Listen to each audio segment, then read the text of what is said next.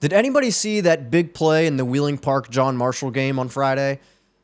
Who am I kidding? Everybody's seen it. Everybody saw it. I saw it. You saw it. Your cousin's sister saw it, which would also be your cousin. Everybody saw it. You saw it on Friday. You saw it on Saturday. I, for the second time in as many months, woke up in Indiana on Sunday, and I saw it for about the 100th time on Sunday morning. We've got that to talk about, what happened in the Wheeling Park game. We've also got the brackets are officially out in the state of West Virginia for the high school football playoffs.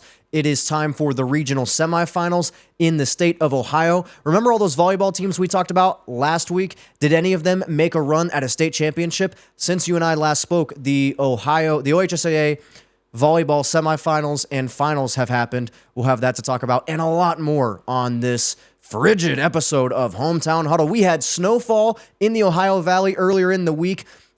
I don't know that many things are more beautiful. And I know many disagree with me. The more opinionated this show gets, the less popular it might get, but that's okay because you gotta stay true to what you believe in. And I believe it's time to get started on tonight's episode of Hometown Huddle. It's November 12th. I'm your host, Drake Watson, and it's time to get started. All the way to the house, and it's gonna be a St. Clairsville touchdown. First play of the game. Hello, touchdown Huskies. Wide open. Touchdown, Ohio Valley. Last week, we talked about Wheeling Central and their soccer teams, boys and girls, and the championships that they were going to be in. And we were going to see if they could bring home, or how many championships they could bring home. Well, boys soccer was not able to get the job done for the Maroon Knights. They fall to St. Joseph 4-0, and they fall short of a state championship. Still an incredible season, 19-4-1, a great run for boys soccer for Wheeling Central. But don't be upset because the Lady Maroon Knights for Wheeling Central just secured their first state championship in soccer. Ella Conkle had 2 goals. She was the MVP. They won 3-0 in their championship game over Lincoln. So Wheeling Central, boys soccer, couldn't quite get there, but a great season nonetheless. And girls soccer, they win their first state championship. We'll talk about the Maroon Knights as it relates to football a little bit later in the show, actually towards the very end of the show. But it's a good time to be a Maroon Knight, and they're doing great things. Congratulations to really both of those teams. Let's jump across the river now and talk OHSAA volleyball. We talked about this last week. Did any of those teams I mentioned, there's like 4 or 5 teams that we talked about on this side of Columbus that had an opportunity to potentially win a state title in volleyball. And did any of them get it done? Did any Ohio Valley teams get it done? That depends on your definition of the Valley and where Newark sits in that, because Newark Catholic did win a state championship. That's their 9th in volleyball. They beat St. Henry 3-0, and they are the only team that we talked about last week that was able to win a state championship. We were really rooting for a team like Meadowbrook out of Byesville or Tuscarora Central Catholic to win a title. They fell short in the semifinals, but great seasons altogether. And you know, here in the Ohio Valley, good volleyball, perhaps the best volleyball of the Valley, is being played in New Philadelphia and Byesville. And congratulations to both of those teams. All the teams that we talked about, Bloom Carroll was in there as well. Just great seasons altogether. Anytime you can put yourself in an opportunity to be in the state semis and give yourself a chance to win a state title. But Newark, as we'll discuss later on the show, not super far from the Valley. It's an easy drive on Interstate 70. And so Newark Catholic gets the job done, and they win their 9th state championship in volleyball. Great seasons for all those teams. All right. Now let's move along to OHSAA football. We have a lot to unpack. I'm playing with fire here. I wish I was playing with literal fire because it's cold. But we're not going to take a break. We're going to stay right here, and I have got probably the you get a burger someplace, and if you've ever had it to where the meat itself is like this thick, and then the bun on either side is like this thick, that's what we've got right now when we talk about Ohio high school football and everything that went down last weekend and what's coming up. So first of all, let's break down some of the things that we saw in the regional quarterfinals last week on Friday night. We talked about a couple of these games. St. Clairsville falls to Garfield 48-31. Now that sounds like a pretty wide margin for the G-men of Garfield. And That's not entirely how the game played out. It was a close, competitive game throughout the majority of the game, and it was kind of late where Garfield was able to pile on some extra points and make it look worse than it really was.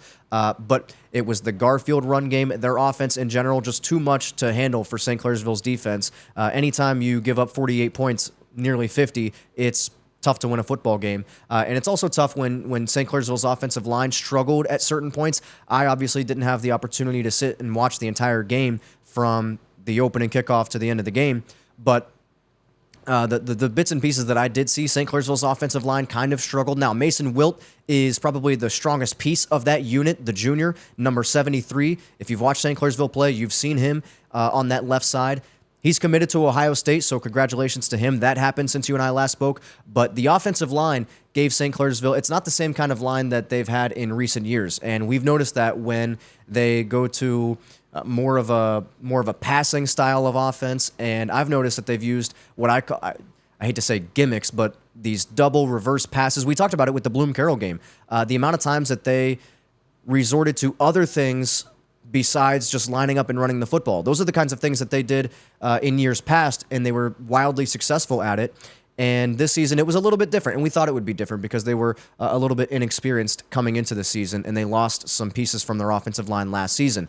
Obviously, their line was good enough to win them 8 games this season, but in those big moments, like the Norwayne game, the Bloom Carroll game, the Wheeling Park game, and now the Garfield game, St. Clairsville just not quite where they needed to be to get the win in any of those games, in particular in the Garfield game. Union Local was also in action on Friday night. They lost. They also finished 8-4. They lost to Nelsonville York, a 35-0 loss for the Jets. Now, they were an 11 seed, so anytime you're on the bottom half of the bracket and you make it 2 rounds, that's kind of successful. And I'm sure they're at least somewhat satisfied with an 8-4 season, and obviously wildly disappointed with the way that it ended with the loss on Friday night. Now, they did have a couple of starters out for reasons that I have no business sharing, but I don't think any, and one of those really good player that has been doing good things for them for a long time. And while some of those guys are key contributors, I don't think any player or combination of 2 players is going to make up for 35 points. So that was something that was, I had somebody tell me over the weekend, yeah, we rely on those guys a good bit. I don't think if you change the lineup in Union Local's favor, I don't think the outcome is any different. Maybe the score looks a little bit different, but nonetheless, a 35-0 loss for Union Local. As we said, they finished 8-4. How about Toronto? Man, first of all, it was great to see the Red Knights do good things this season, and it is just heartbreaking the way that they lost on Friday night, losing to West Jefferson 21-20. They score a touchdown late to tie it up. They go for 2. They go for it all, and they can't get it done. They finish off a 10-2 season. All they've done in recent years is just go up and up and up, and so we're looking to see if Toronto can continue to build on the success as we move into next year. It's kind of a wild thought that we're thinking about the 2026 Toronto football team already, but nothing. It is my opinion that not much of what happened in this season in 25 is going to be relevant 9 months from now, but they've definitely been able to sustain a little bit of success over recent years up at Toronto. And man, and there's going to be there's going to be people talking and having conversations about the decision to go for 2. I'm one that kind of sides with coaches. Oftentimes, a lot of times when you're in that position, and I'm not speaking for anybody, it's just my belief that a lot of times that stuff is decided before you get to that moment. And, If they got it, would you still be upset with them going for 2? No, you're not upset that they went for 2. You're upset that they didn't get it. So we got to call a spade a spade. And if they thought, their staff is the most equipped to run that football program, and they thought going for 2 gave them the best chance to win the game. So somebody like myself or somebody that I would talk about this with, if we think we would, first of all, we wouldn't do any better. We wouldn't do half as good a job as the guys that are coaching that team right now, and therefore we wouldn't probably make as good a decision and would probably make a worse decision, and we wouldn't even have an opportunity to be in that position. So, I'm not going to be one to criticize the decision to go for 2 because criticizing that decision is never the right way to go about it. Now, if there was a key missed block or whatever, yeah, there's issues within the play, but we're getting off track here. All I'm saying is you wouldn't mind the decision if the final was 22-21. I'll say that. But once again, another great season for Toronto. We've got about 2 or 3 teams that are like really in the valley that are still in the postseason in Ohio. We'll talk about them in a little bit, but first, let's talk about some teams that are kind of outside of the valley, but still within a decent distance of here, still on this side of the state. How about East Canton? They've got the number 7 seed. They're one of 3 IVC schools that are still in this thing with a great opportunity. We'll see if Spider can get them to their 11th win this season. They're sitting at 10-2 right now. They've already won one of their games on the road, but they've got a tough task this weekend at Mogador. But we are certainly rooting for the IVC in East Canton, and we're hoping that the Hornets can get it done. Garaway is in the same position. They're also the 7th seed in their region. They're 10-2. They just won a playoff game on the road. They're going to be on the road again on Friday, but a lot of people think the Pirates have a good opportunity to win this Friday. And so we could see an IVC, and I'll reveal it now, we could see 2 IVC schools playing for regional finals when it's all said and done. Garaway goes to Dalton on Friday night, so we'll see if they can get that done. I think it's a good time to mention the fact that in Region 11, 15, 17, and 19, the regions that we talk about a good bit as far as high school football in Ohio, there was a lot of talk over the summer about the 12-team playoff and this and that. We could have just, for those regions, you could have just kept it at 4 in those regions because the top 4 made it all the way through. And so they had a bye, and then they all won. And so your regional semifinals in all of those regions that I just mentioned, 11, 15, 17, and 19, it's 4 at 1, and it's 3 at 2. So it makes it pretty simple. But that's not the case in Region 27. The 2 seed is Waterford, and they host number 11, Danville. Danville, a familiar opponent for folks around town here because Caddis used to play Danville a good bit. I feel like Waterford would get the job done against Danville, but what a story it would be if the Blue Devils can make noise as an 11 seed. I think they're one of the only teams that was on the bottom of the bracket that is left in this entire thing. So good on them. And Waterford's rival, right across the river, Fort Fry, is in Region 23. They're in the semis, and they just beat Caldwell last week. So Fort Fry, you got Waterford, you got Garaway, you've got East Canton, not quite in the Ohio Valley, but all on this side of the state and within a decent distance as well. We mentioned Fort Fry beat Caldwell. That was on Friday night. What else happened on Friday? RJ Day. That is Ohio State head football coach Ryan Day's son. He plays out in Columbus. He set a school record for his school with 482 passing yards in their 33-29 win against Ashland on Friday. Also had a 92-yard drive at the end of that game. It was incredible stuff. He's turning into a fine prospect out of DeSales in Columbus. That performance, again, 482 passing yards, that was great for everybody who was there and saw it live.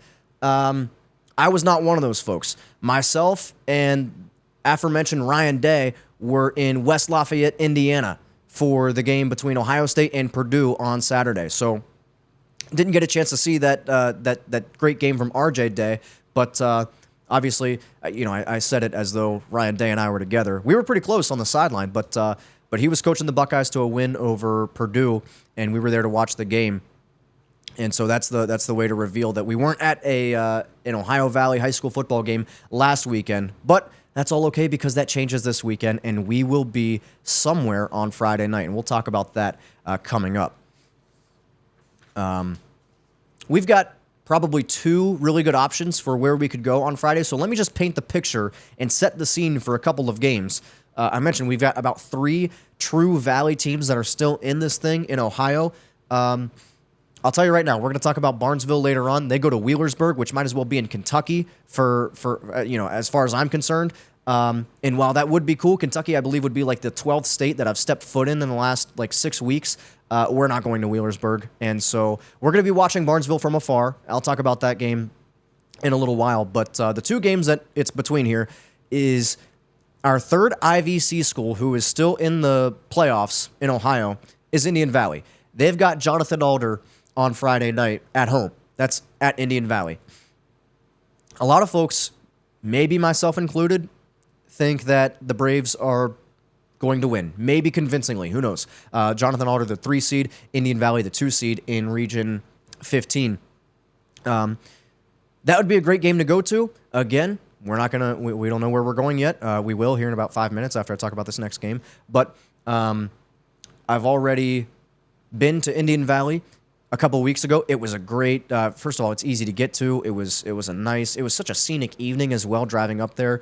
And I mentioned how it's kind of, you're in like Northeast Ohio at that point. There's nothing, and then there's a football stadium. And that's where Indian Valley plays, and they've got a great venue, great options at the concession stand as well. I never figured out what kind of pizza they sell up there, but it was good stuff. You talk about being opinionated on this show, you don't want to know what we're thinking about when it comes to Ohio Valley-style pizza. I don't know. Speaking of, where did that kind of pizza originate? Steubenville. So speaking of Steubenville, Steubenville Big Red is one of 2 remaining. Them and Barnesville are the 2 OVAC schools in the state of Ohio that are still in the playoffs in football. They head to Newark, just east of Newark actually, to take on Licking Valley on Friday night.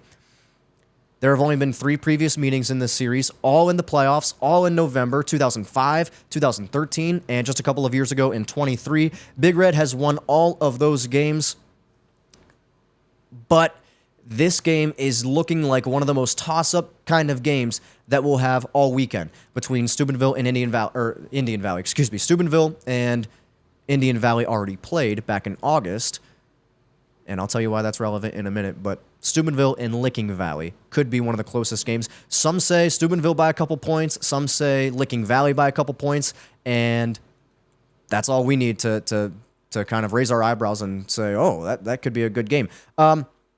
I, on accident, mentioned Steubenville and Indian Valley. They played back in August, and we talked about Steubenville a lot on this show way back when they started 0-2 for the first time in like a millennium, and we're talking about if they can get things back on track, and is it the end of the world for Big Red? It may have looked like it there for a while, but all they did was shut people like me up because they've rattled off 8 straight wins. They're 8-2, and they are trying to, if they can win this weekend, they'll put themselves back in the regional finals, probably against Watterson, who knocked them out last year. So we talk about Steubenville all the time.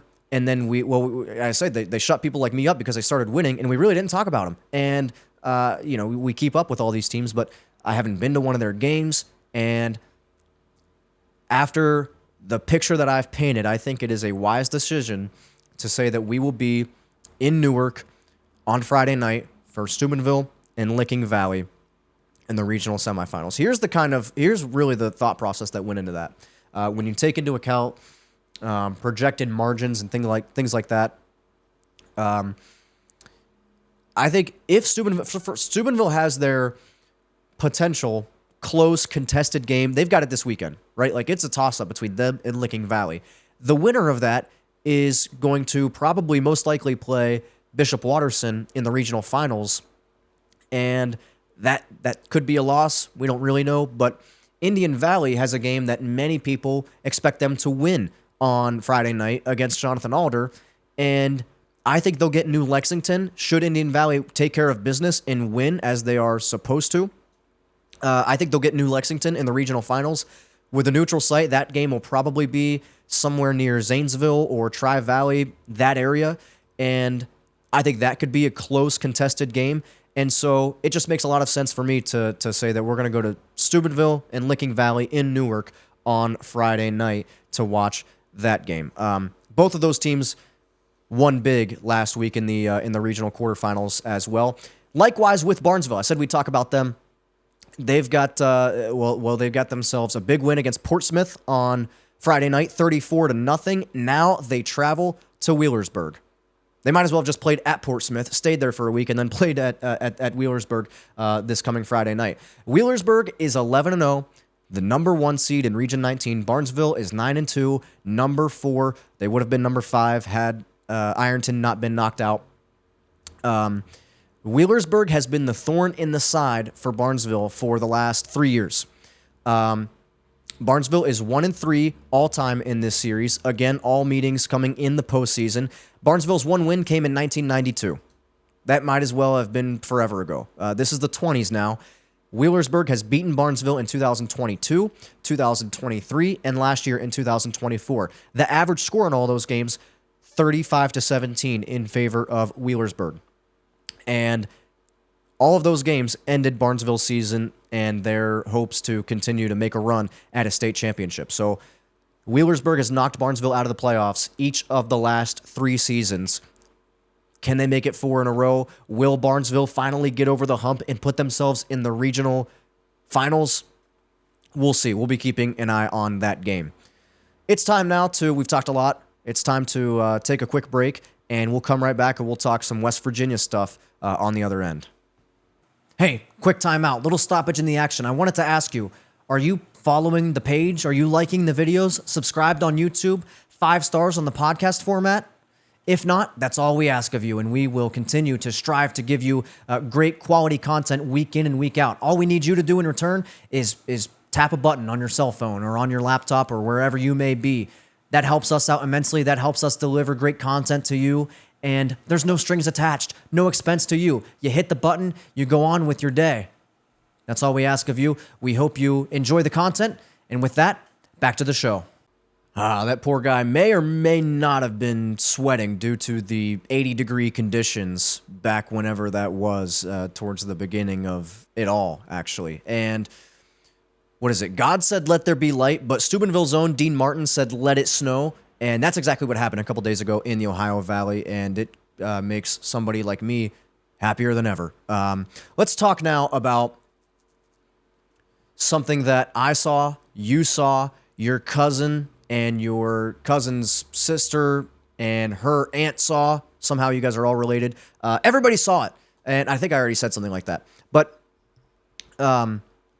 this made SportsCenter. It made College Game Day. I woke up on Saturday morning in West Lafayette, Indiana, and saw it on Game Day. It was on SportsCenter.